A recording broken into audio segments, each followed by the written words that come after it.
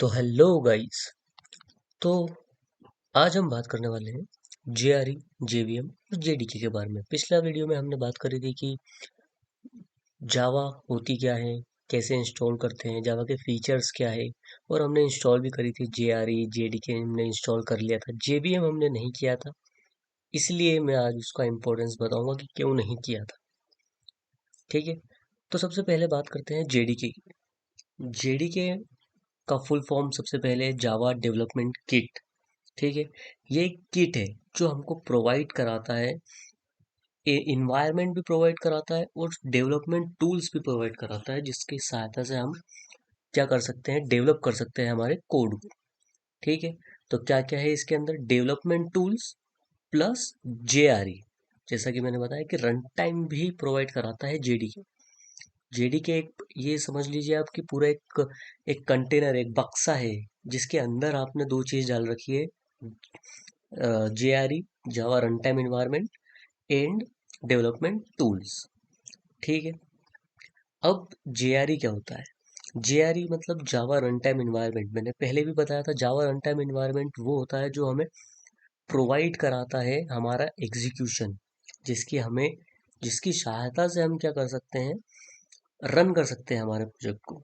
Develop नहीं कर सकते। जेडीके हमको प्रोवाइड कराता था कि डेवलप भी कर सकते हैं, लेकिन रन टाइम हमको प्रोवाइड कराता है कि रन कर सकते हैं हमारे प्रोग्राम को।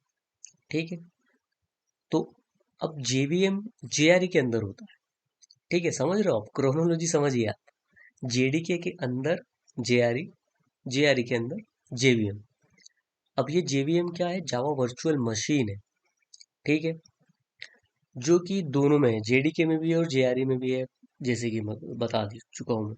ठीक है, तो अब जेवीएम क्या करता है, एक वर्चुअल मशीन प्रोवाइड करता है जो बाइट कोड को रीड कर सकता है, और बाइट कोड को रीड करता है हमारे मशीन अंडरस्टैंडेबल कोड में, जिसको मशीन समझ में आए, जो प्रोग्राम रन कर सके उसको। तो वो चीज कौन प्रोवाइड कराता है? जेवीएम।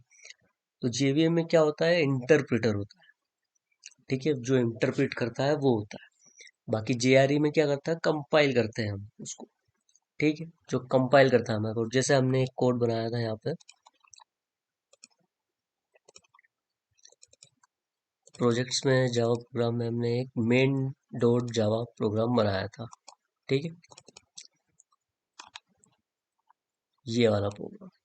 ठीक है, जब हमने इसको बनाया था तो हमने किसकी मदद से बनाया होगा इसको, इसको हम, इसको क्लास ये सब मिल गया है, इसका मतलब हमारे पास डेवलपमेंट किट है, हम उसका प्रोग्राम बना सकते हैं।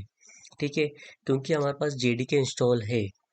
ठीक है, अब जेडीके, हाँ एक और बात थी कि जेडीके हमने इंस्टॉल कर लिया था तो हमें जेआरई करने की जरूरत नहीं थी। फिर भी हमने दोनों इंस्टॉल करके सेफ साइड दोनों को हमारे सिस्टम में रख लिया था, क्योंकि जेडीके के अंदर भी जेआरई है और जेआरई के अंदर जेवीएम है, तो वो रन और कोड दोनों हो जाता। लेकिन हमने दोनों इंस्टॉल कर लिए थे। अब जेडीके भी कर लेंगे तो भी वो चल जाएगा, क्योंकि वो डेवलपमेंट भी प्रोवाइड कर देगा और जावा रन टाइम इन्वायरमेंट भी प्रोवाइड कर देगा, जिसकी मदद से हम इस कोड को कंपाइल कर लेंगे। ठीक है, कंपाइल करने के बाद क्या हुआ था कि हमारी एक फाइल बनी थी मेन डॉट क्लास। ठीक है, ये बाइट कोड में कन्वर्ट हो गई है।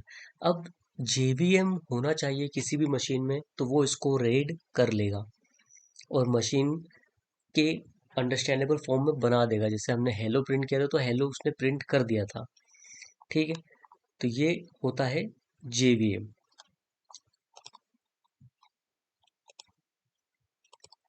तो अब मेन बात ये आती है कि जेवीएम करता क्या है। जेवीएम एक्चुअली में तीन चीजें करता है, तीन एक्टिविटी करता है: लोडिंग, लिंकिंग एंड इनिशियलाइजेशन। ठीक है, अब जेवीएम जो करता है वो रन टाइम इंजन ही है अपना। जैसे कि हमको बाइट कोड, जो एक मशीन है जो कि बाइट कोड रीड कर सकती है। ठीक है, सो वो मेन मेथड को चेक करती है। मेन मेथड जहाँ पर भी है, जैसे यहाँ पर है मेन मेथड, इसमें जब इसको हम रन करेंगे तो मेन डॉट क्लास में भी वो मेन मेथड जाएगी in the byte code format. ठीक है, तो वो क्या करती है कि जेवीएम क्लास लोडर की मदद से क्लास लोड करती है। ठीक है, फिर उसके बाद जितने भी उसमें प्रोग्राम्स में वेरिएबल्स हैं, जो कि हम आगे बात करेंगे वेरिएबल्स की, वो सब डिफाइन करती है उसको। जो क्लास है, मेथड्स है, उसको मेमोरी एलोकेशन होता है।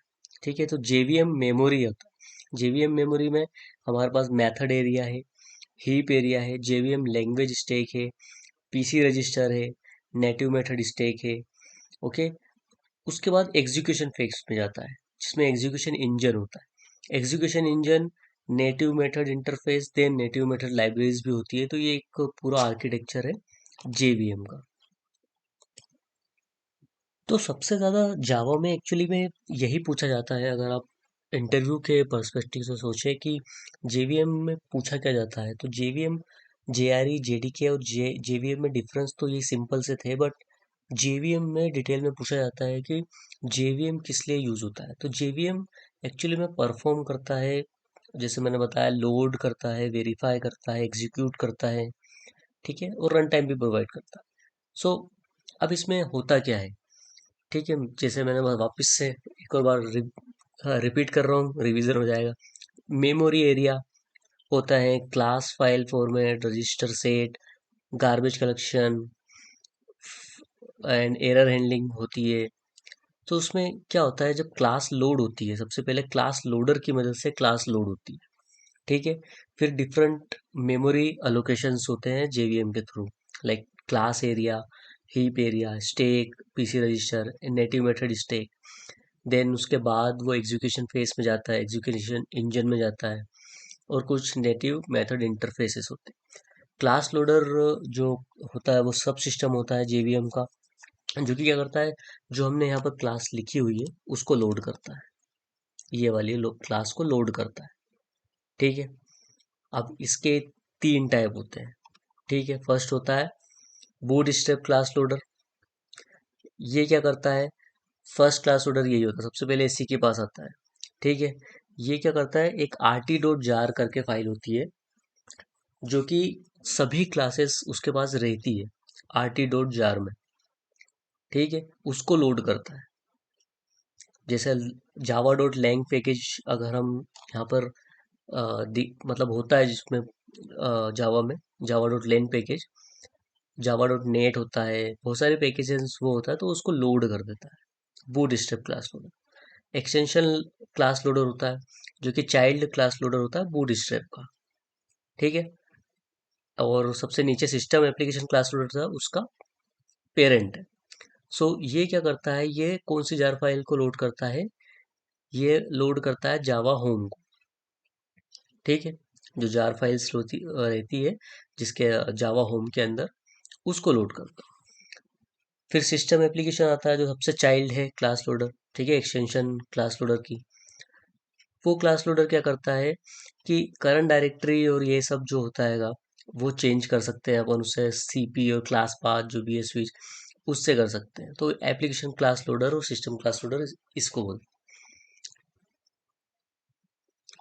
अब अगर मेमोरी एरिया की बात करें, ठीक है, मेमोरी एरिया होता है अपना क्लास।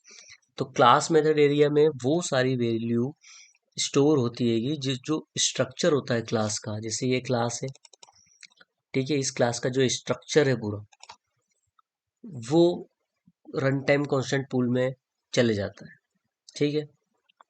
अब उसमें जितने भी मेथड्स होती है, हम अगर कुछ भी फील्ड बनाएंगे, यहाँ पे डेटा बनाएंगे, वो सब कोड जो है मेथड का डेटा बनाएंगे, वो सब क्लास में रखा रहेगा, ठीक है। हीप एरिया क्या होता है कि रन टाइम पे जो बनता है ऑब्जेक्ट, उसका अलोकेशन होता है। जैसे मान लो कि यहाँ पर मैंने एक ऑब्जेक्ट किसी का बनाया, ठीक है,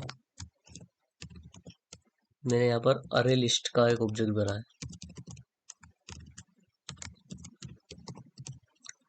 ठीक है। अब ये ऑब्जेक्ट को कब मिलेगा वैल्यू, या मेमोरी कब मिलेगी, हीप एरिया में, ठीक है। ऐसा ही एक स्टैक एरिया होता है। तो स्टैक क्या करता है, स्टैक जैसे आपको पता है कि 1 बाय 1 स्टोर करता है, ठीक है। तो वो क्या करेगा, जैसे मैंने अब यहाँ पर लोकल वेरिएबल बना लिया, इंट इज इक्वल टू 5 दे दिया, ये सब, ठीक है। सो इसको होल्ड करके रखेगा ऊपर से। अगर जैसे मान लो कि इंट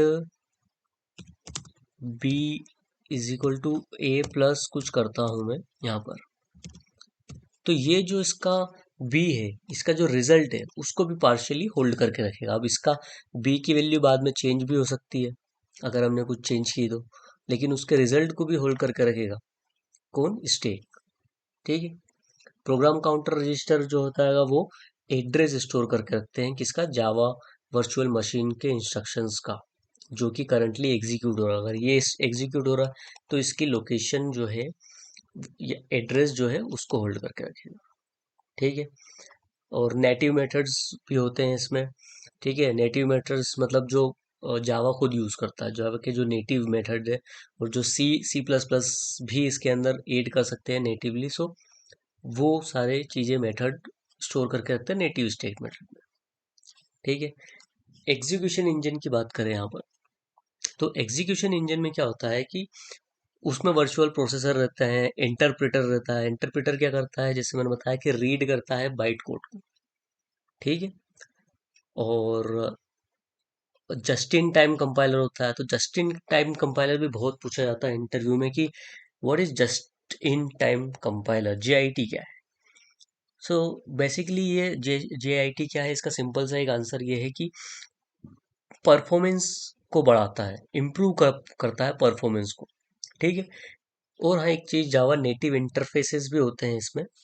जावा नेटिव इंटरफेसेस जो होता है फ्रेमवर्क ही है, जो कि प्रोवाइड कराता है communication in other applications like C plus plus applications से अगर हमको कुछ कम्युनिकेशन करना है तो वो जावा नेटिव इंटरफेस की मदद से हम कर सकते हैं।